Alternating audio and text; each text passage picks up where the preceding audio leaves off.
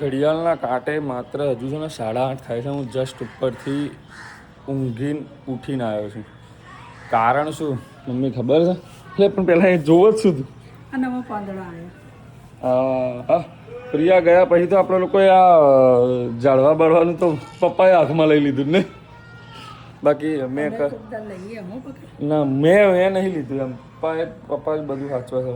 વાત એમ હતી કે હું જે ગરમીનો ઉઠ્યો છું 8:30 આવી ગરમી ના હોય. 8:30 વાગ્યામાં આવી ગરમી ના હોય. પણ મેં તને પંખો બધું ચાલુ પણ તોય આમ પરસેવો થઈ ગયા ભાઈ. તો આવું તો હાવ ના હોય. હવે ફટાફટ વરસાદ લાવો. અને તમારા ત્યાં કેવી ગરમી છે? હું અમદાવાદમાં રહું છું. એ રીતે તમે કયા ગામડે, કયા શહેરમાં, કયા રાજ્યમાં મને કોમેન્ટ કરજો. અને કેવી ગરમી પડે છે એ ખાસ કોમેન્ટ કરજો. હે મમ્મી? હજુ તો વરસાદ પડશે ને તો ઉપરથી બફારો મારશે. અલ્યા ભાઈ ના કરતા આવું. તમે ખાસ કોમેન્ટ કરો અને ફોલો કરી દેજો. આપણે 50,000 ફોલોવર બહુ જલ્દી કમ્પ્લીટ થવાના છે. થઈ જશે બહુ જલ્દી.